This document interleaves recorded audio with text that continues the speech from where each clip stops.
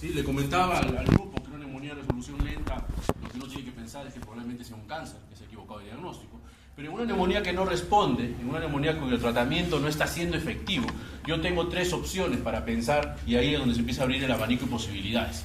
La primera posibilidad es que estemos ante un germen que sea resistente al antibiótico. ¿Sí? Es lo más fácil de pensar, yo no me equivoqué, el antibiótico es el correcto, es culpa del germen. ¿Sí? Eso de todas, las tres posibilidades debería ser la tercera.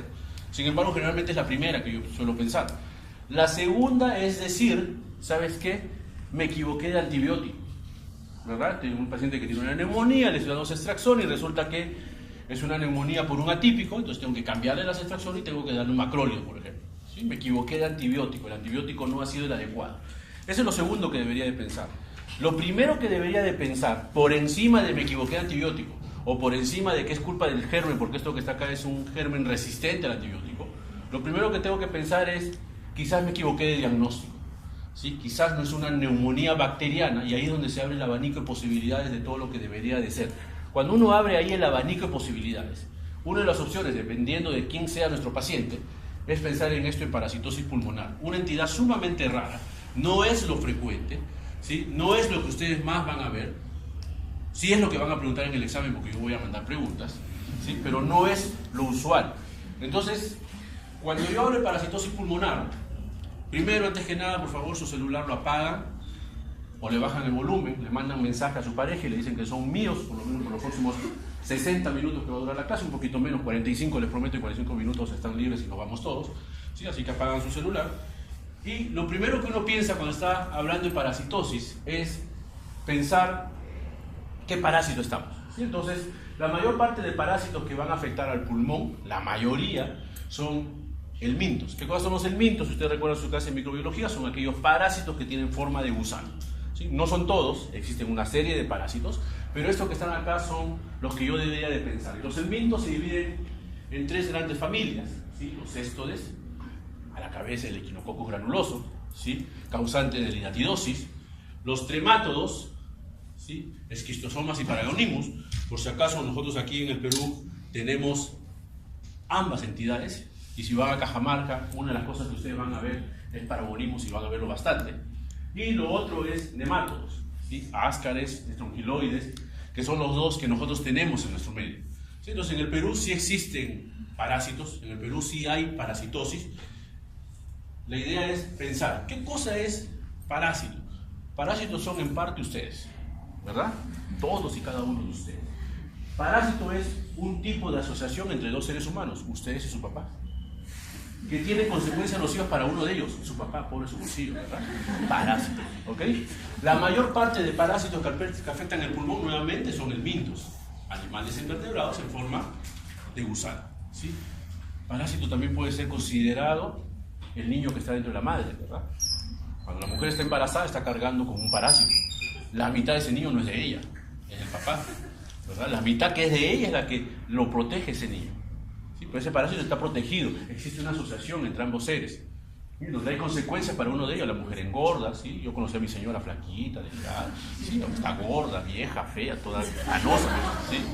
¿Sí? Entonces, eso que es una consecuencia por tener a mi hijo, ¿no? Es parte de ser parasitado, ¿verdad?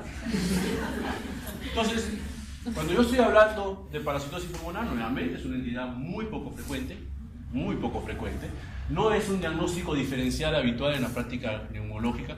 Mentira, ningún neumólogo le va a decir, ah, no, yo primero pensé en eso es mentira. Es lo último que uno piensa, ¿sí? Porque no es usual. Hay elevada prevalencia en algunas áreas, área de Sudamérica donde esto es frecuente, y tengo que pensar en parásitos. Perú, ¿sí? La selva peruana, hay bastante parasitismo. Sin embargo, no es lo primero que uno piensa, ¿verdad? Uno ve una neumonía, un paciente que viene de Iquitos, lo primero que ustedes tienen que pensar y lo primero que tienen que tratar es que esto es neumococo. ¿Sí? Se equivocaron de germen, se equivocaron de diagnóstico, pues bien, lo segundo que tienen que pensar es micosis, que no sé si ya habrán hecho clases de micosis pulmonar, pero es lo siguiente que tienen que pensar, micosis pulmonar, ¿sí? Y si con eso no mejora, recién ahí empiezo a abrir mi abanico y una de las cosas que voy a pensar es parasitismo. Las características climáticas van a facilitar que el parásito supervive en el hábitat donde está viviendo, y a eso hay que sumarle que no solamente son características climáticas, sino deficiencia en medidas higiénicas y control sanitario. Si usted está de moda que hay un brote, ¿verdad? Si lo llama el ministerio de cómo se llama esta enfermedad, Guillain-Barré, ¿verdad? Un brote, ¿verdad? Y ya salió la prensa a decir, ¿qué hace el ministerio por el Guillain-Barré? ¿Verdad? Lo que nadie ha puesto a evaluar es que el Guillain-Barré que está ocurriendo en el norte del Perú es consecuencia del fenómeno del Niño y el mal proceso de reconstrucción que ha habido. Si ustedes han ido al norte del Perú ahora último, ¿sí? Yo vengo hace un mes más o menos a estar en el norte, estaba en Chiclayo, todavía hay gente que no tiene agua, hay gente que no tiene desagüe, ¿verdad? Lo fácil es echarle la culpa al Ministerio de Salud, ¿verdad? Los médicos allá no saben diagnosticar. Lo que pasa es que ahora todo el mundo piensa en Guillain-Barré. El primer paciente estoy segurísimo que nadie pensó en Guillain-Barré porque no es lo clásico. No es lo clásico pensar en una enfermedad rara. Una cosa que me decía uno de los docentes que me enseñó a mí justo neumología, cuando yo estaba como ustedes de alumno, ¿sí? Una de las cosas, la vez pasada estaba pensando, ¿en qué año nacieron ustedes? 97, ¿verdad? Sí, pero yo hacía neumología, ustedes estaban naciendo, ya estoy viejo. Sí, estaba pensando ahí. Hoy día justo en la mañana mientras estaba manejando, casi choco. Sí, tienen la edad de lo que yo había entrado ya a la facultad. Yo entré a la facultad y ustedes todavía no nacían. Quizás su papá ni siquiera se conocía. Yo entré a la facultad en el año 93. ¿Sí? Pero, muy aparte de todo eso, una de las frases que me decía uno de los profesores que yo tenía en neumología es que primero tienes que pensar en una manifestación rara de una enfermedad frecuente antes que pensar en una manifestación frecuente de una enfermedad rara. Si llega un paciente que tiene flema, le tomo una placa, tiene fiebre, le tomo una placa, tiene una condensación basal derecha, neumococo. Eso es lo primero que tengo que pensar. ¿Sí? Nadie va a pensar, no, esa es una estrangiloidasis pulmonar, ¿verdad? Con eosinofilia pulmonar. Eso nadie va a pensar. Y si algún neumólogo les ha dicho que lo ha pensado de primera intención, les está mintiendo. ¿Ok? Existe una norma de que debe considerarse en cada visitante, turista, refugiado político, estudiante, hombre de negocio, diplomático que padece un trastorno pulmonar no explicado. Sí, estamos siendo invadidos por venezolanos, ¿sí? Porque esa es la palabra, invasión total de venezolanos, ¿sí? Y ellos están trayendo sus enfermedades de lo que ellos tienen allá, y no se olviden ustedes que Venezuela es casi el 50% de Venezuela es trópico. Sí, es algo que uno no se debe de olvidar, ¿verdad? Estos son todos los parásitos, ¿sí? De aquí va a venir la pregunta del examen, ¿sí? De este y de la siguiente diapositiva va a venir la pregunta del examen. Diga usted parásito que estaba en la segunda fila, tercera columna, ¿sí? ¿Okay? Son todos los parásitos que en teoría se la deberían de ustedes de aprender. La verdad es que no se lo van a aprender. Esa es la verdad. Lo que más que nada quiero que vean acá es que la mayoría de los parásitos son cosmopolitas, están en cualquier sitio. Solamente tienen que tener la característica de que hay clima favorable, higiene no favorable y el parásito empieza a desarrollarse. ¿Ok? Y esto que está acá sí es algo que sí voy a preguntar. ¿Sí? Les estoy avisando con tiempo, espero que el doctor ya no es abusivo. ¿Sí? ¿Cuáles son los parásitos y los síntomas que los parásitos suelen producir con mayor frecuencia? ¿Sí? Básicamente yo me voy a centrar hoy día, porque no vamos a hablar de todos. Básicamente en dos vamos a conversar hoy día. ¿Sí? Básicamente dos. La ameba y el equinococos, que son los dos más frecuentes. ¿Sí? Los parásitos producen tos, ¿sí? Algunos más que otros. ¿Sí? Los parásitos producen sibilancias. Y si llega un paciente que tiene tos y tiene sibilancia, ¿qué es lo primero que ustedes tienen que pensar? Que neumonía, por Dios, ¿eso es lo que van a pensar? No. Que ese paciente tiene asma, ¿sí? Que posiblemente tenga una crisis asmática y lo van a intentar nebulizar. ¿Okay? Entonces, por lo tanto, uno no va a pensar en parasitosis. Hay pacientes que van a hacer disnea, hay pacientes que van a hacer neumonitis, que es una inflamación del parénquima pulmonar, ¿sí? Entonces, si viene un paciente a la emergencia que tiene tos, que tiene disnea, que tiene sibilancia, y que yo le encuentro a la radiografía de tórax signos intersticiales de neumonitis, ¿qué es lo que tengo que pensar? ¿Qué es lo primero que ustedes van a pensar? Tos, fiebre, sibilancia y en la placa de tórax, infiltrado intersticial bilateral. A predominio de base ya les ha ido más. ¿Qué es lo primero que tienen que pensar?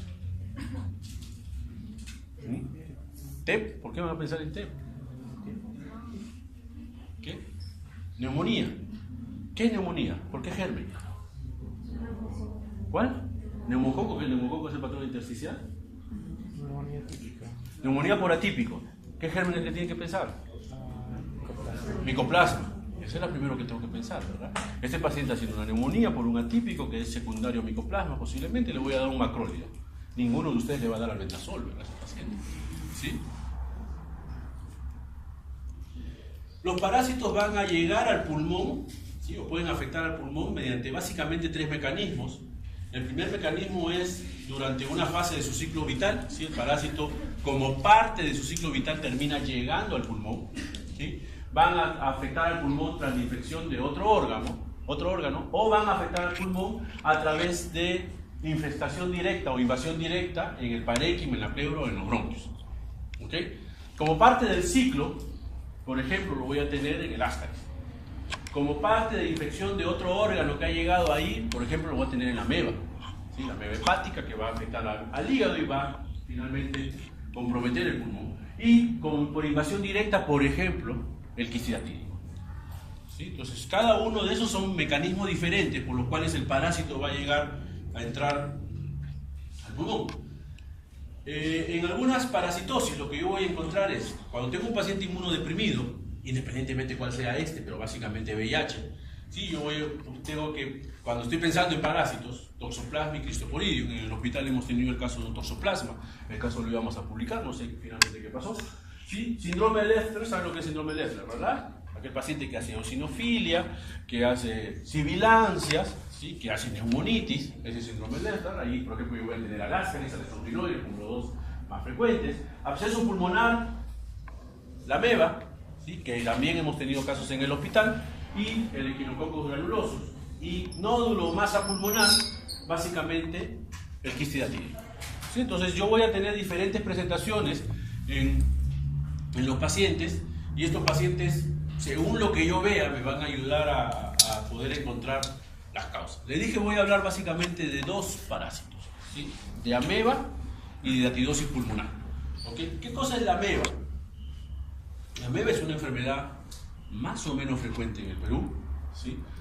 El 50% de las personas que viven en Huancayo teóricamente están infectados por ameba, ¿sí? La prevalencia va bajando. En Lima, más o menos, un trabajo que se hizo, que lo hicieron en el hospital Hipólito Unanue, más o menos la prevalencia en Lima, lo que ellos encontraron era un 3% de personas que tenían amebiasis, ¿sí? Es un trabajo más o menos del año 2012. La ameba es un tipo de parasitosis que es producida por la entameba histolítica, ¿sí? La entameba histolítica tiene 2 morfologías. La primera es la del trofozoito, que es la que produce la enfermedad, y la otra es la del quiste, que es la que está afuera en el ambiente y que es culpable de que yo me esté contagiando. La ameba es un parásito, contrario a otros parásitos. La ameba es uno de los pocos que puede resistir bajas temperaturas, que puede vivir en un medio húmedo y que puede estar en estado quístico, vegetativo por decirlo de algún modo, meses, semanas, meses inclusive, ¿sí? Se transmite a través de transmisión fecal-oral, ¿sí? Higiene, ¿sí? El problema básicamente con la ameba es higiene, y el ser humano, nosotros somos el principal reservorio, somos los culpables de que todavía exista entameba histolítica en el mundo. La amebiasis básicamente es una infección parasitaria intestinal, ¿sí? La amebiasis extraintestinal, la que está por fuera de los intestinos, que ya de por sí es rara, tiene varias presentaciones. La más común es la hepática, ¿sí? Del colon, normalmente, la entameba histolítica pasa al hígado a través de la circulación porta y va a producir en el hígado grandes quistes, abscesos hepáticos. Estos abscesos hepáticos pueden romperse y van a provocar una fístula bilio-bronquial o hepatobronquial, ¿sí? No se olviden ustedes que lo único que separa el hígado del pulmón es el diafragma, ¿ok? Y si ustedes se acuerdan de su anatomía, ese curso que llevaron hace un siglo, ¿verdad? Sí, porque yo pregunto y nunca nadie se acuerda. Hace un siglo llevaron anatomía. Si ustedes se acuerdan de su anatomía, el diafragma, ¿cuántos pilares tiene? 3 pilares. ¿Cuáles son? Bueno, ahí empezaron los problemas, ¿verdad? Sí, 3. El anterior, el posterior y el intermedio o lateral. Y los 3 pilares se mezclan y se terminan uniendo en un circulito que tengo en el centro, entre comillas, que es por donde va a pasar, ¿qué cosa? El esófago no. La aorta, ¿sí? El esófago son otros huequitos aparte. Por ahí pasa, ahí se unen los tres pilares, se va a unir la aorta, ¿sí? Esos tres pilares son como tres hojas de papel. Yo tengo un cuaderno, tengo tres hojas de papel y las tres las voy a juntar en un solo lado. ¿Sí? Cada una está naciendo de una punta, las junto en un solo lado. Definitivamente, si yo todo lo pongo dentro de un área, va a haber un espacio en donde va a haber zonas en donde no haya papel. ¿Sí? Lo mismo ocurre en el diafragma. El diafragma tiene una forma de cúpula, ¿sí? Una forma media convexa, y en donde hay zonas en donde no hay músculo. ¿Sí? Obviamente, como la parte abdominal normalmente no tiene nada de líquido, excepto el escaso líquido peritoneal, eso se entremezcla con el escaso líquido pleural que nosotros tenemos y uno no tiene mayores molestias. ¿Qué cosa es lo que ocurre cuando hay un absceso hepático? Este absceso hepático se rompe, ¿okay? Se rompe y la pus empieza a irse hacia el pulmón, a través del diafragma. Cuando la pus llega al pulmón, lo que provoca en el pulmón es una erosión y por eso se forman las fístulas broncobiliares o hepatobronquiales, y eso es lo que me va a terminar dando amebiasis pleuroparenquimal. Otra opción que tiene la ameba de llegar ahí es a través de invasión directa del intestino sin compromiso hepático. Sumamente raro, ¿okay? Sumamente raro, pero también puede haber. Pero lo más frecuente es que la amebiasis extraintestinal, la más frecuente de todas, es hepática, y cuando este absceso hepático se rompe, me va a llevar a una amebiasis pleuroparenquimal. Existen otras formas mucho más raras de amebiasis, ¿okay? Mucho más raras, pero que también sería bueno conocer, como la cerebral, como la cutánea o la amebiasis pericárdica, ¿okay? Entonces, lo que yo sé es que el pulmón es el segundo lugar más frecuente o más común de infección extraintestinal dentro de lo que es las amebas, ¿sí? La ameba entra, los quistes entran, se transforman en trofozoitos, se empiezan a multiplicar, ¿sí? Empiezan a hacer lesiones o laceraciones en el colon. Eso es lo que va a terminar llevando a que lleven al hígado, formando los abscesos hepáticos, y de ahí se va a ir al pulmón, ¿sí? Y de ahí se va a ir al pulmón provocando la forma de enfermedad que nos está trayendo el día de hoy. ¿Cuál es el cuadro clínico de esta enfermedad? Bueno, casi siempre, como les digo, es extensión de un absceso hepático, por lo tanto yo tengo que esperar que el proceso sea más del lado derecho, ¿verdad? Difícilmente va a tener una amebiasis del lado izquierdo, allá no tengo hígado. Entonces, en la mayoría de veces, más del 90% diría yo, son amebiasis que vienen del hígado. ¿Qué cosa es lo que voy a tener como cuadro clínico? Lo más frecuente, lo más común, que hay un derrame pleural, ¿sí? Esos derrames pleural pueden ser estériles, ¿sí? Eso no es lo frecuente, pero lo más frecuente que haya derrame pleural, o que haya una fístula hepatobronquial. La fístula hepatobronquial lo que me va a dar es tos productiva, el paciente va a tener tos con flema, y lo que le va a decir es que a la hora que expectora, más que el color, porque el color no suele llamar la atención, lo que el paciente va a sentir es que está con un feo olor fétido. ¿Alguna vez han ido a un desagüe y lo han destapado?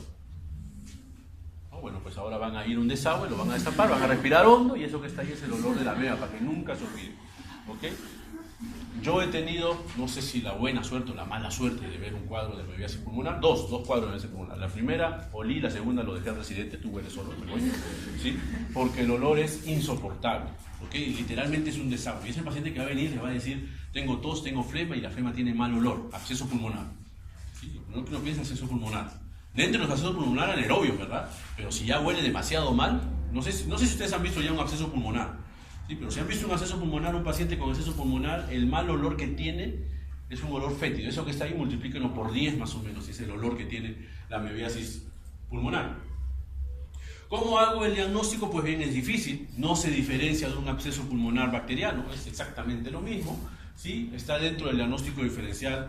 Absceso bacteriano que no mejora, esto es tuberculosis, esto es cáncer abscedado, o esto es una parasitosis. De la parasitosis ameba lo más probable, ¿sí? Y lo que tengo que hacer es básicamente tratar de aislar el germen, ¿sí? ¿Dónde aíslo el germen? En pleura o en esputo. Difícil que lo consiga, ¿sí? Bien difícil que lo consiga, pero igualito vale la pena el intento. Como les digo, yo he visto 2 casos de amebiasis pulmonar en el hospital. Ambos casos pudimos hacer el diagnóstico, uno por líquido pleural y el otro por esputo. ¿Sí? Pidan ambos procedimientos, esputo y líquido pleural, para que mejoren un poco la sensibilidad. Como les digo, según la literatura es rara, yo he tenido la suerte de ver dos y los dos han salido cultivos directos, uno en toracocentesis y el otro en esputo. ¿Qué cosa es lo que le voy a dar a estos pacientes? Algo sencillísimo, metronidazol. ¿Sí? Normalmente a nosotros, o a ustedes, yo me incluyo, nos han enseñado que cuando tengo un paciente con absceso pulmonar, ¿cuál es el germen? ¿Cuál es el germen que es más frecuente en absceso pulmonar? ¿Cuál? ¿Estreptococo? No. Estafilococo tampoco. Anaerobios. Sí, eso es lo más frecuente. Absceso pulmonar igual a anaerobio. No sé si han hecho clase de absceso pulmonar. Sí, pero absceso pulmonar, ¿no han hecho neumopatías supurativas? Todavía, vaya. Ahí van a hablar de absceso y bronquiectasia. Lo más frecuente es anaerobio. Ok, entonces yo tengo un paciente que tiene anaerobios. ¿Cuál es el antibiótico que le tengo que dar?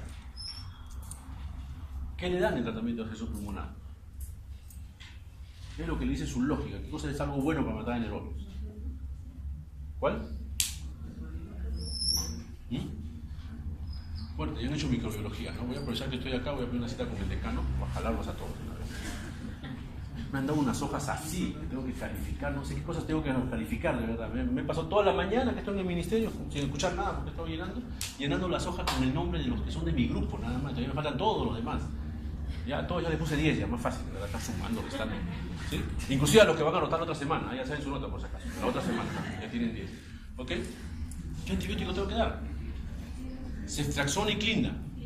¿Sí? Ceftriaxona y clinda. Hay un antibiótico que maltratan mucho. ¿Sí? Hay dos antibióticos que realmente maltratan mucho en general los médicos. Uno es el cloranfenicol. ¿Sí? Ya nadie le tiene fe al pobre cloranfenicol. ¿Sí? El cloranfenicol. ¿Cuál es el problema del cloranfenicol? Efecto secundario más frecuente del cloranfenicol. Pregunta examen de residentado. Anemia plástica. ¿Sí? En el Perú hemos usado cloranfenicol años y ningún anémico hemos tenido, por lo menos aplásico. ¿Sí? Anémico, otra cosa, tenemos un montón, ¿verdad? Anemia plástica, ninguno. El cloranfenicol es un antibiótico que lo inventó un ruso en plena Guerra Fría. Entonces, ¿quién creen que le creó la fama de ser anemia plástica? Estados Unidos. Por eso la FDA lo sacó, ¿sí? El cloranfenicol produce anemia plástica, no lo utilicen. ¿Okay? La verdad es que el cloranfenicol produce menos anemia plástica que los tratamientos que se usan para cáncer, como metotrexate, por ejemplo. ¿Sí? Pero como lo inventó un ruso en plena Guerra Fría, ¡pum!, le pusieron la cruz. Y el otro antibiótico que no suelen recetar mucho es este amigo, metronidazol. ¿Sí? El metronidazol es un antibiótico, ¿verdad? ¿Sí? Por alguna razón está como un antiparasitario. Es el único antibiótico que funciona como antiparasitario. ¿Sí? Pero es un excelente antibiótico, que tiene una concentración en el pulmón más alta inclusive que la clindamicina. ¿Sí? Tanto así que hace un par de años salió un artículo que proponía en absceso pulmonar dejar de dar clindamicina, cuya concentración en pulmón no es tan alta, y pasar a usar este amigo que es el metronidazol. ¿Sí? Entonces, si tienen un absceso pulmonar y no saben si es por tuberculosis, si no saben si es por anaerobio, no saben si es por parásitos, usen metronidazol, que también tiene algún efecto bactericida en el caso de tuberculosis. ¿Sí? Es un antibiótico muy interesante el metronidazol. Se puede dar vía oral, se puede dar vía endovenosa. ¿Sí? Es el tratamiento de elección en el caso de las amebas. Otros son estos ya antiparasitarios, el tilidazol. ¿Sí? Esos son básicamente el tratamiento de las amebas. ¿Sí? Nuevamente, la ameba es un parásito intestinal, así que una forma también de hacer diagnóstico, no se vayan a olvidar, es con un examen directo de heces. ¿Sí? Yo también hago el diagnóstico. Idealmente, a propósito del siguiente parásito que vamos a hablar, idealmente todo paciente que tiene un absceso pulmonar deberíamos pedirle una ecografía abdominal. ¿Sí? Todo paciente que tiene un absceso pulmonar deberíamos pedirle una ecografía abdominal de inicio. ¿Sí? Que quizás en el 90% nos salga la ecografía abdominal negativa, porque los abscesos son más bacterianos. Pero nos puede ayudar para dos abscesos pulmonares. Para el anterior que hemos visto, que es la ameba, la amebiasis pulmonar, y para este otro que es la hidatidosis pulmonar. ¿Sí? El parásito más conocido por todos nosotros, de esto sí hay un montón de trabajos, ¿sí? Es el resultado de la infección del pulmón o del contagio del pulmón de formas larvarias del Echinococcus. El ser humano no hay que olvidar que no es un hospedero definitivo, es un hospedero intermedio, ¿sí? De casualidad el ser humano se contagia, diferente de la ameba, ¿sí? La ameba nosotros hacemos que se mantenga la prevalencia alta de esta enfermedad, aquí no. Está considerada como una enfermedad zoonótica de distribución mundial, no es una exclusividad del Perú, está en todo el mundo esta enfermedad. ¿Qué cosa es lo que ocurre con el Echinococcus? Pues bien, yo tengo el quiste, que es el culpable, pasa normalmente al perro, que es el huésped definitivo, y el perro elimina a través de las heces este parásito que va al huésped intermediario, que es generalmente la oveja. ¿Sí? Esa es la lógica y la teoría que nosotros nos enseñaron cuando estábamos haciendo el curso de microbiología, y ese es un ciclo que se repite y se repite y se repite, y en algún momento pasa al hombre. ¿Sí? El hombre se comporta igual que la oveja, ¿sí? No somos más que un rebaño, ¿verdad? Todos juntitos han venido a clase, ¿sí? Un rebaño, ¿ok? Nos comportamos igual que una oveja, que terminamos siendo huéspedes intermedios de esta entidad que es la hidatidosis. La hidatidosis va a entrar por el intestino, ¿okay? Igual que el anterior, y es así, inevitablemente, a través de circulación porta, llega al hígado, eso es inevitable, y a través del hígado es que llega al pulmón, ¿ok? No existe hidatidosis pulmonar sin compromiso hepático, o sin haber pasado, mejor dicho, por el hígado. Sí puede haber hidatidosis pulmonar con ecografía hepática normal, eso sí puede haber. Lo que no va a existir es hidatidosis pulmonar sin que el germen o el parásito haya pasado por hígado. Diferente del entameba, ¿verdad? El entameba hasta en un 90% pasa por el hígado, pero hay un pequeño porcentaje, 5-10%, que no requiere pasar por el hígado, directamente del colon se va al pulmón. Aquí no, aquí sí tiene que pasar por el hígado sí o sí, porque todas terminan concentrándose en el hígado, y de ahí se van a ir al pulmón. ¿Ok? Es un trabajo que es del año 2005. No es un trabajo, esta es la fuente del MINSA, ahorita lo voy a decir el trabajo, es la fuente del MINSA para el año 2005, que es lo último que hay sobre hidatidosis pulmonar en el Ministerio de Salud. Es algo bien curioso. Tiene una enfermedad sumamente frecuente en el Perú. Los últimos datos que existen son del año 2005. ¿Sí? Por regiones, más frecuente es gente que proviene de la sierra, ¿sí? Y de todos los que vienen de la sierra, lejos más frecuente es Sierra Central. Eso es lejos más frecuente. Y en sexo no hay mucha diferencia. Aparentemente es más frecuente en mujeres, pero de verdad no hay mucha diferencia con respecto al sexo desde el punto de vista estadístico. ¿Sí? Lo que sí es que la mayoría vienen de la sierra. Por si acaso, no es exclusividad de la sierra. Entonces, hay hidatidosis en la costa, hay hidatidosis en la selva. ¿Sí? Es una enfermedad cosmopolita, ¿sí? No es una exclusividad solamente de la sierra. En el hígado yo voy a encontrar alteraciones hasta en un 70% de los casos. Nuevamente, no existe otro modo de pasar que no sea a través del hígado. Pero en una ecografía no necesariamente yo voy a ver compromiso hepático. ¿Okay? Entonces, en un 70% de los casos va a haber compromiso hepático. Lo más frecuente es que sea compromiso del lado del lóbulo derecho del hígado. ¿Sí?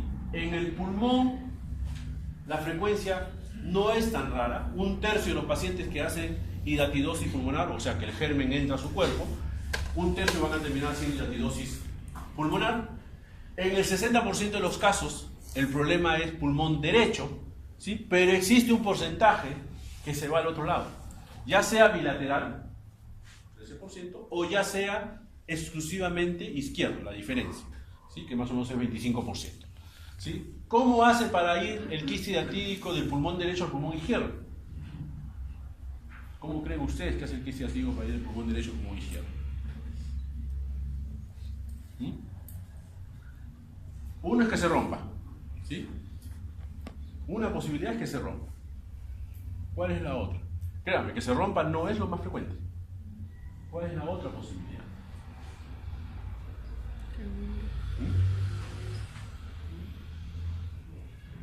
¿El parásito qué cosa es? Es un ser vivo, es una planta. Es un ser vivo. ¿Y qué cosa es lo que hacen los seres vivos? Se movilizan, tienen que buscar comida. ¿Okay? Lo que va a hacer el quiste hidatídico es del pulmón derecho, va a subir por tráquea, por bronquio, perdón, llega a tráquea y de ahí se va al otro bronquio. ¿Ok? ¿ok? Y así llega al pulmón izquierdo. Cuando se rompe no es lo frecuente, ¿sí? Pero también puede ocurrir, ¿ok? Que se rompa, pero lo más frecuente es por el otro lado que lo estoy diciendo. Por eso inclusive hay algunos pacientes que les van a decir que tienen como parte del síntoma tos, que van a tener expectoración salada, y ustedes van a decir, quiste hidatídico roto, van a tomar la placa y el quiste hidatídico está enterito. ¿Por qué? Porque son los otros quistes que están que se mueven, ¿sí? ¿Cómo se llama la tos con expectoración salada? ¿Cuál es el nombre semiológico? Vómica. ¿Quién les ha mentido así? ¿Quién les ha mentido? Cruelmente les han mentido, ¿ah? Y ustedes aceptan la realidad así total. Sí, maestro. ¿Sí? ¿Qué es broncorrea? Le pregunté al grupo del seminario. ¿Qué cosa es broncorrea? ¿Qué es broncorrea? Broncorrea. ¿Qué cosa es broncorrea? Expectoración. Expectoración independientemente, blanca, amarilla, verde, mucosa, más de 200 o 250 mililitros. Muy bien. Eso es lo que dice el SUROS. ¿Qué es vómica? No es expectoración salada. Expectoración más de 1 litro o más de 1000 mililitros. Eso es vómica, ¿sí? Que el más frecuente que vomique sea el quiste hidatídico. Y que de ahí nos hayan dicho que como el quiste hidatídico es la expectoración salada y se nos haya metido en la cabeza que la vómica es igual a expectoración salada, es un error. ¿Okay? Vómica, senso estricto desde el punto de vista semiológico respiratorio, es expectorar más de 1 litro. ¿Okay? El más frecuente es este que está acá, quiste hidatídico. Otro puede ser un absceso pulmonar. ¿Okay? Pero vómica es más de 1 litro. Inclusive hay pacientes con bronquiectasia que se echan, hacen su drenaje postural y botan 1 litro. Eso ya no es broncorrea, eso es vómica. ¿Okay? Independientemente si es salado, dulce o si es mucoso o purulento. ¿Okay? ¿Cuál es el cuadro clínico de un paciente con hidatidrosis pulmonar? Lo más frecuente es que sea asintomático, el paciente ni cuenta se da. Empieza a dar síntomas conforme haya aumentado el tamaño del parásito y o se haya complicado, o sea, se haya roto. Recién ahí yo voy a tener síntomas. ¿Cuáles van a ser los síntomas? El punto hemoptoico, tos, disnea cuando es muy grande, no se olvide que se está comprometiendo el pulmón derecho, que más o menos representa el 60-65% de la función pulmonar, dolor torácico cuando se ha roto y fenómenos alérgicos. El primer quiste hidatídico que yo lo vi cuando estaba de alumno, como ustedes. No haciendo el curso de neumología, uno tiene mala suerte, ¿verdad? Cuando hace el curso de neumología no hay neumonía, no hay parasitosis, no hay micosis pulmonares, hay tuberculosis y tuberculosis y tuberculosis, y de vez en cuando un asma, ¿verdad? Y otra vez tuberculosis y tuberculosis. Uno tiene la mala suerte, ¿sí? Yo lamentablemente me gusta neumología desde hace bastante tiempo, desde que era alumno me gusta neumología, y sí que me paraba metiendo en el verano al consultorio de neumología del Hospital Cayetano Heredia, el pregrado Cayetano, ¿sí? Ya hasta me querían votar y por eso me fui a hacer residencia a otro lado. ¿Sí? Se molestaron conmigo, ¿eh? No me hablaron 3 años, no me hablaron mis grandes maestros. 3 años, no, tú te has ido a San Marcos, me dijeron. No me hablaron 3 años. Tuve que terminar, llevar mi título y ya recién ahí me pusieron a hablar conmigo ya. ¿Sí?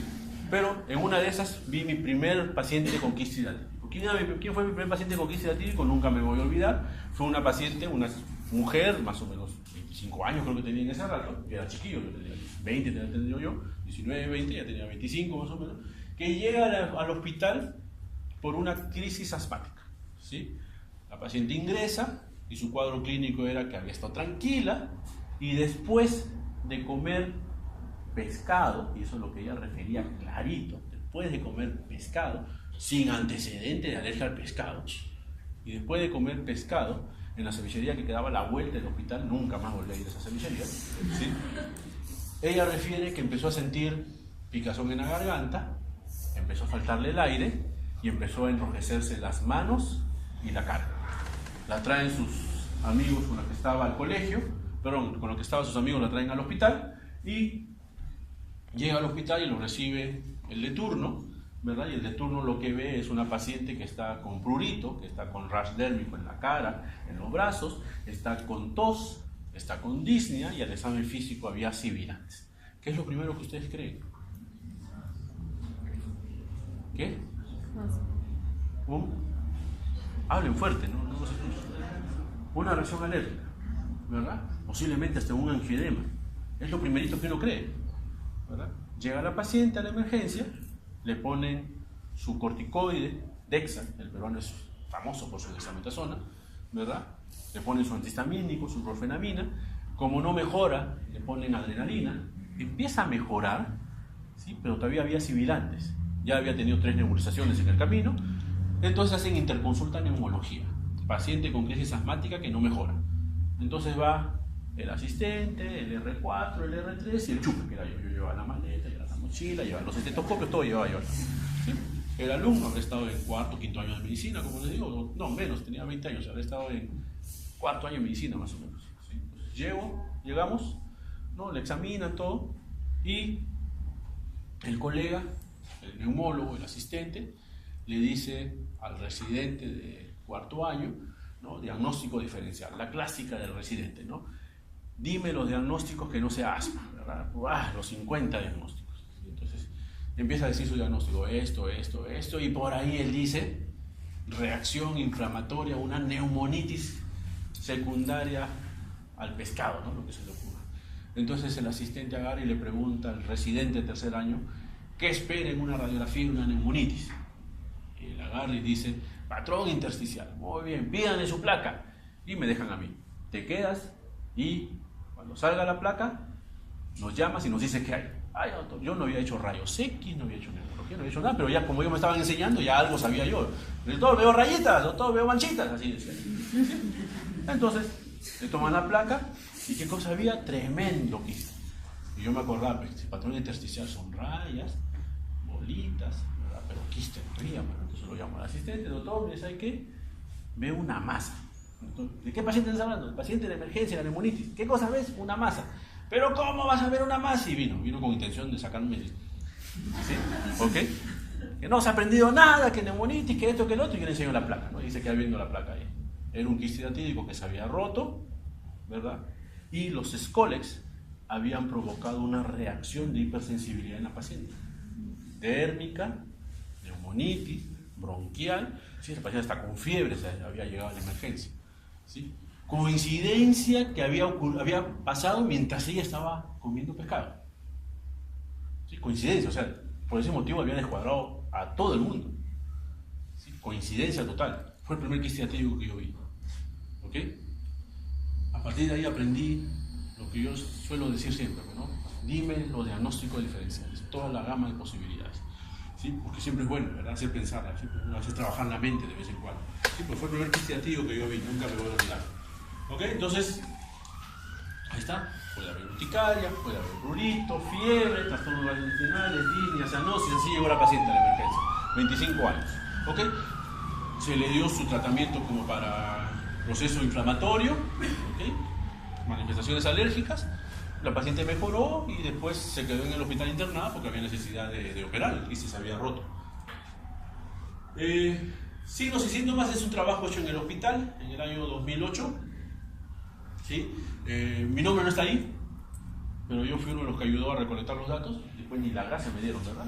Ni siquiera en el ETOL, pueden ir y buscar el artículo, y ni siquiera en el ETOL estoy yo. ¿Sí? Pero yo ayudé a recolectar los datos. ¿Sí? Era residente en ese rato. Yo ya había terminado la residencia, le estaba ayudando a este amigo que está acá, Aldo Rafael, es un cirujano de tórax, ahora trabaja en Estados Unidos, hizo la residencia en el hospital. Para que él se gradúe tenía que tener su tesis de cirugía de tórax, entonces lo ayudamos con otro amigo más que está en el hospital ahorita, que también es asistente de neumología. Los dos lo ayudamos a recolectar los datos de ese trabajo, ¿no? Después lo publicaron y ni siquiera aparecieron nuestro nombre en ninguno de los otros dos. ¿Sí? Bueno, no tenía por qué aparecer tampoco, el trabajo es sobre la base de 2003 al 2005 y yo recién entré al hospital en el año 2005 a hacer la residencia. ¿Sí? ¿Qué cosa fue lo que encontraron como síntomas o signos más frecuentes? Contrario a lo que uno puede creer que esté en rojito, ¿verdad? Porque lo primero que a nosotros nos ha metido en la cabeza, ¿verdad? Vómica igual expectoración salada igual quiste hidratídico. ¿Sí? Primero que la vómica no es expectoración salada, es expectoración más de 1 litro. Y segundo, que solamente va a ocurrir en 1/3 de pacientes. No es lo frecuente. No esperen esperar que el paciente vomique, porque solamente va a ocurrir en 1 de cada 3. ¿Okay? Lo más frecuente es que el paciente tenga dolor, que tenga tos, que tenga fiebre, que tenga disnea, que tenga hemoptisis. Y si llega a la emergencia un paciente que tiene tos, que tiene fiebre, que tiene dolor y que tiene hemoptisis, y peor todavía, si ha sido de comienzo agudo, ayer, ¿qué cosa es lo que tienen que pensar? Fiebre, tos, disnea, dolor torácico, fiebre, tos, dolor torácico, disnea y punto hemoptoico. Y para colmo he empezado ayer, o hace 2 días. ¿Qué es lo primero que tengo que pensar? Examen de neumología, ¿verdad? Lo primero que tengo que pensar es que este paciente ha sido un tromboembolismo pulmonar. ¿Sí? No, mentira que voy a... ¡Ah, es una hidatidosis! Mentira. Lo primero que tengo que pensar es que este paciente ha sido un tromboembolismo pulmonar. Después voy a decir, no, quizás es una neumonía, depende del tiempo de enfermedad, o quizás es una tuberculosis inclusive. ¿Verdad? Ustedes han hecho clase de tuberculosis. ¿Quiénes han dicho síntomas más frecuentes? Tos, disnea, fiebre, dolor y hemotisis. ¿Sí? Son los síntomas más frecuentes de una tuberculosis. ¿Sí? O alguien ha venido y les ha dicho, en un tuberculoso lo que ustedes van a encontrar es vómica. No, ¿verdad? Y como les digo, la vómica solamente la voy a ver en 1 de cada 3 pacientes que tienen quiste hidatídico. No es lo frecuente. ¿Sí? Eso no es lo más frecuente. ¿Cuáles son las complicaciones que voy a tener en un quiste hidatídico? La ruptura del quiste. Ese es el problema. ¿Sí? Yo tengo un paciente que tiene un quiste hidatídico. Dice la literatura que el quiste hidatídico más o menos crece 5 centímetros por año. ¿No? Eso es lo que dice la literatura. Y va a llegar un momento donde se va a romper. ¿Ok? Cuando se rompe puede producir hipersensibilidad, inclusive puede producir shock anafiláctico, porque los Scolex y las sustancias que están dentro del quiste hidatídico van a producir ese tipo de reacciones. Se puede producir o se va a producir implantaciones múltiples. Lo peor que le puede pasar a un cirujano, lo peor que le puede pasar a un cirujano que está operando un quiste hidatídico es que el quiste se le rompe en plena cirugía, ¿sí? Porque ya hay implantaciones secundarias, o el quiste se puede infectar secundariamente, lo que se va a traducir en un absceso pulmonar. ¿Sí? El quiste se rompe, tengo mi vómica, creo que es algo pasajero, de ahí se me pasa todo, no tengo nada más, y después empieza ese quiste a complicarse, a infectarse, a sobreinfectarse y va a producir un absceso pulmonar. ¿Sí? Entonces, son las 3 complicaciones más frecuentes: que se rompa, que se implante, que haya secundarismo y que se complique con una infección. ¿Qué cosa es lo que tengo que hacer para hacer el diagnóstico? Lo que tengo que hacer para hacer el diagnóstico es respuesta inmune. ¿Okay? Para la respuesta inmune tengo que entender cómo es que surge la respuesta inmune. ¿Okay? El culpable de que yo tenga respuesta inmune es el líquido del quiste hidatídico, que es el mismo culpable de que yo tenga una reacción de hipersensibilidad. ¿Okay? Mientras que el quiste no se rompa, yo voy a estar tranquilo. Cuando el quiste se rompió, va a empezar la fiebre, va a empezar la tos, va a empezar la disnea, va a empezar los sibilantes, quizás el prurito dérmico cuando se rompa. ¿Por qué? Por culpa del líquido que está dentro del quiste hidatídico. La capa laminar, ¿sí? Esa capa laminar, la que está envolviendo al quiste, la que está en contacto con el pulmón, esa no es culpable de ninguna reacción. Nada. ¿Sí? Y la capa germinativa va a actuar como una barrera que va a impedir el contacto de los antígenos del líquido con los antígenos o los anticuerpos del huésped. Entonces el quiste hidatídico tiene 2 capas. La primera capa que está cerca del pulmón, la segunda capa que está por dentro, y adentro están todos los escoles con el líquido. Esta capa de acá me va a proteger de lo demás, y esta capa de aquí es totalmente antigénica, no tiene nada que ver en el asunto. El problema realmente es el líquido. Entonces, si yo quiero hacer el diagnóstico inmunológico, ¿qué condición tiene que tener el quiste hidatídico? ¿Cuál es la primera condición que tiene el quiste hidatídico para yo hacer el diagnóstico por sangre con inmunoglobulinas o con antígenos? Tiene que estar roto. ¿Ok? Tiene que estar roto. Eso es lo que uno tiene que entender. El quiste hidatídico tiene que estar roto. Si no está roto, es muy probable que todos los exámenes que yo haga, si lo haga en el mejor laboratorio, el laboratorio de la Universidad Ricardo Palma, me van a salir negativos. ¿Ok? Entonces, para que ocurra nuevamente la respuesta, la capa germinativa, que es la que protege al quiste, tiene que tener alguna alteración. Ya sea que se haya roto o que tenga algunas microfisuras o complicaciones. ¿Okay? Los quistes que están dentro del pulmón son los menos probables que se fisure la pared. Entonces empieza a complicarse la cosa, ¿verdad? Primera cosa, tiene que estar roto. Ya, no está roto, alguna fisurita ya. Justo los que están en el pulmón son los que menos se fisuran. Por eso los quistes pulmonares suelen ser negativos. ¿Sí? Una ilógica del cirujano de tórax, es decir, pídele su inmunodifusión, pídele su Western blot, pídele su ACO quinto, ¿verdad? Y recién después lo pelo si es que sale positivo. Si el quiste no se ha roto y en el pulmón es bien difícil que se rompa, ¿sí? Lo más probable es que salga negativo. ¿Cuál es la ventaja? Que en el hígado sí se suele fisurar. ¿Sí? Ese quiste es un quiste más viejo, es el primero, ahí empezó el problema. El del hígado sí se suele fisurar, por lo tanto me puede salir positivo. Nuevamente lo que les dije hace un momento, todo paciente con absceso pulmonar deberíamos pedirle ecografía abdominal. debemos ver el hígado. Y si en el hígado hay lesiones quísticas, es una ameba, raro, o es una hidatidosis frecuente. ¿Ok? Los quistes pequeños tienen menos posibilidad de romperse. Mientras más chiquito, menos probable. Porque se va a romper conforme el quiste va creciendo, ¿verdad? Entonces la capa se va volviendo más delgada. Se puede romper. Pero si está en el pulmón, perdón, es poco probable que eso ocurra. Lo más probable es que se rompa si es que está en el hígado. Nuevamente, para suerte nuestra, hasta 70% de los casos de los quistes pulmonares tienen quistes hepáticos. ¿Sí? Hace 2 años hicimos un trabajo con una alumna de otra universidad, no de acá, de otra universidad. Hicimos un trabajo sobre la prevalencia de hidatidosis hepática en pacientes con hidatidosis pulmonar. ¿Sí? Dato interesante, 70-75% de los quistes eran derechos, ¿no? Eso no tiene nada de nuevo, lo que nos mueve la atención es que casi 25% eran izquierdos, y 70% de todos los que tenían quiste hidatídico pulmonar, independientemente de que sea derecho o izquierdo, tenían quistes hepáticos. ¿Sí? Cosa que nos salió en la tesis. A la tesis en un momento un asesor X la cuestionó, ¿sabes qué? Eso no sirve, no hagas ese trabajo, es por gusto. Son datos sumamente interesantes. Yo personalmente creo que no existe tesis mala ni trabajo de investigación mal. Lo que existe es gente que no sabe leer los trabajos de investigación. Son dos cosas totalmente diferentes. Sí, entonces, esto que está acá es lo que nosotros debemos hacer. Westerrod, ELISA o arco quinto. ¿Sí? Este es un trabajo, el que se hizo en el hospital, en donde la prueba de oro fue la anatomía patológica. ¿Sí? Yo operaba a un paciente, le hacía anatomía patológica y decía, mira, ¿sabes qué? Sí es hidatidosis pulmonar. El patólogo nunca se equivoca, ¿verdad? Es de todos los médicos el que nunca se equivoca. El problema es que dice lo correcto ya muy tarde, cuando el paciente se murió. ¿Sí? Pero es de todos el que menos se equivoca. ¿Sí? El que nunca se equivoca es el patólogo. Y se comparó el resultado anatomopatológico con los exámenes que se habían realizado. Westerrod, ELISA o arco quinto. Y se vio la sensibilidad de la prueba, o sea, qué tan buena es la prueba para diagnosticar hidatidosis pulmonar. Según lo que está ahí, lo que menos deberíamos de pedir es arco quinto. ¿Okay? Eso es lo que no se debería de pedir. Lo que más deberíamos de pedir es Westerrod. Quizás ELISA, pero ELISA es cara. El Westerrod para quiste hidatídico es más cómodo, cuesta casi igual que el arco quinto.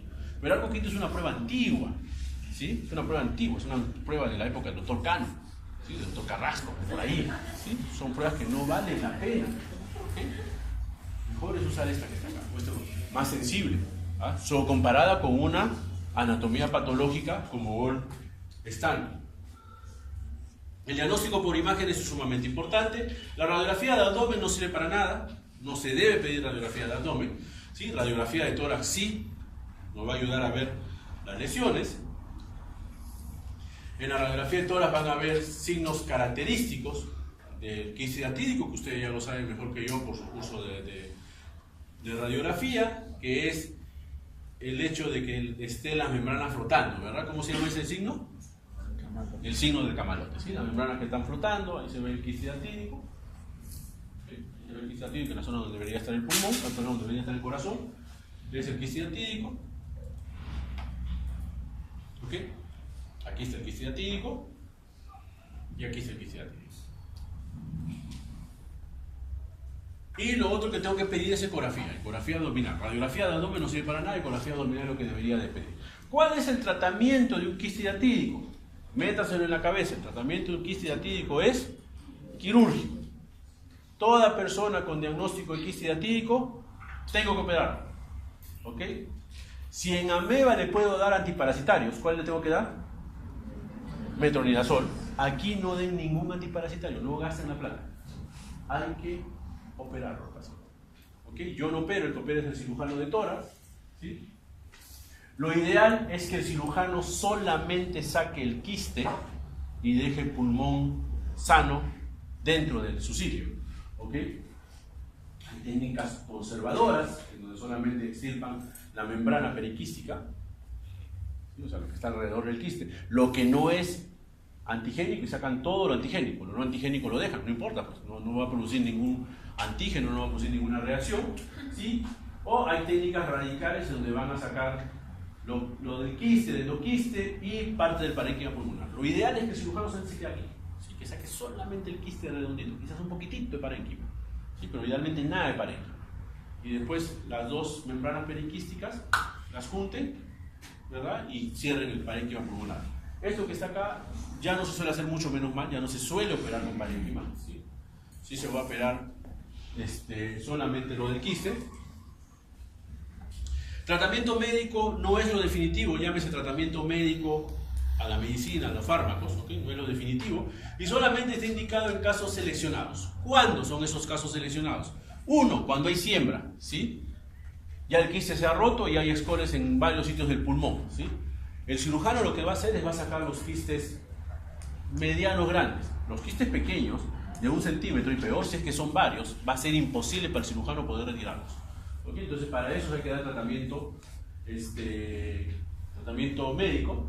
Y la otra indicación es cuando hay paciente pediátrico y tiene quistes pequeños, menos de 5 centímetros. ¿Por qué? Porque el pulmón de un niño no es tan grande, ¿okay? Así que un quiste de 5 centímetros es casi todo el parénquima pulmonar, pero si yo le doy antiparasitarios a ese niño, existe la posibilidad de que el quiste deje de crecer, porque se muere, y el pulmón sí va a seguir creciendo, ¿okay? Entonces el quiste va a terminar siendo comprimido por el pulmón que va a crecer y normalmente eso puede ser tratamiento definitivo. Después algunas veces hay que operar al niño, ¿okay? Pero en quistes sí de adultos que están sembrados, o sea, que han hecho diseminación metastásica quística, sí hay que dar fármacos. ¿Qué fármacos son los que se usan? Los benzimidazoles a la cabeza, el albendazol, ¿sí? Es el fármaco que más trabajos tiene con respecto a quiste hidatídico. ¿Cuál es la dosis? 10 miligramos por kilo por día. ¿Cuánto tiempo lo tengo que dar? 4 meses. Lo doy 2 semanas, descanso 2, lo doy 2 semanas, descanso 2, esa es una técnica. La otra técnica es darlo 2 o 3 meses seguidos. A algunos cirujanos antiguos les gusta dar el albendazol unos 6 meses de tratamiento, ¿ok? Pero con este que está acá pudiera ser más que suficiente. 2 semanas, descanso 2, 2 semanas, descanso 2, así 4 meses seguidos. Hay buena tolerancia, no es un fármaco muy tóxico, esa es la ventaja. Y cuando hay alguna toxicidad o algún efecto secundario, lo que puede haber son elevaciones de las transaminasas, ¿sí? No se olviden que ese también se metaboliza a través del citocromo P450. Existe otra opción que no es frecuente para el pulmón, esto más es para el hígado, ¿sí? Que es el tratamiento percutáneo, que es punzar el quiste con albendazol,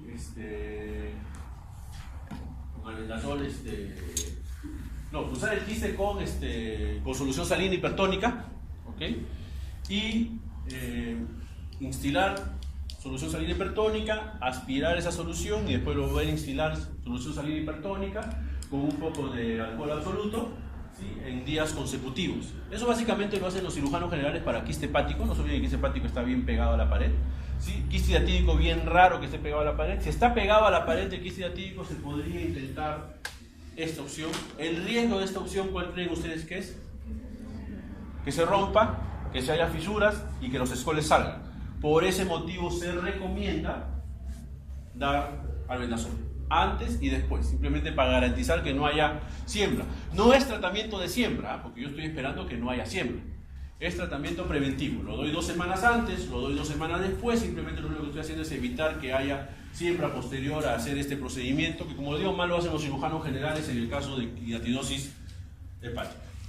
Muy bien, jóvenes, no sé si tienen alguna pregunta. Ahí están mis parásitos, ¿sí? No sé si tienen alguna pregunta, si es que hay algo. Si no, creo que tiempo cumplido, ¿verdad? ¿Cuánto tiempo he hecho? 45 minutos, menos. 55 minutos, me pasé un poquito. Muy bien, me han tomado tiempo acá, ¿no? Muy bien, jóvenes, ¿alguna pregunta? ¿No hay ninguna pregunta? Que conste que no hay ninguna pregunta. Después del examen yo ya no soy neumólogo, ¿ok? Me vuelvo psiquiatra, pero no atiendo gente que llora. Muy bien, se pueden ir.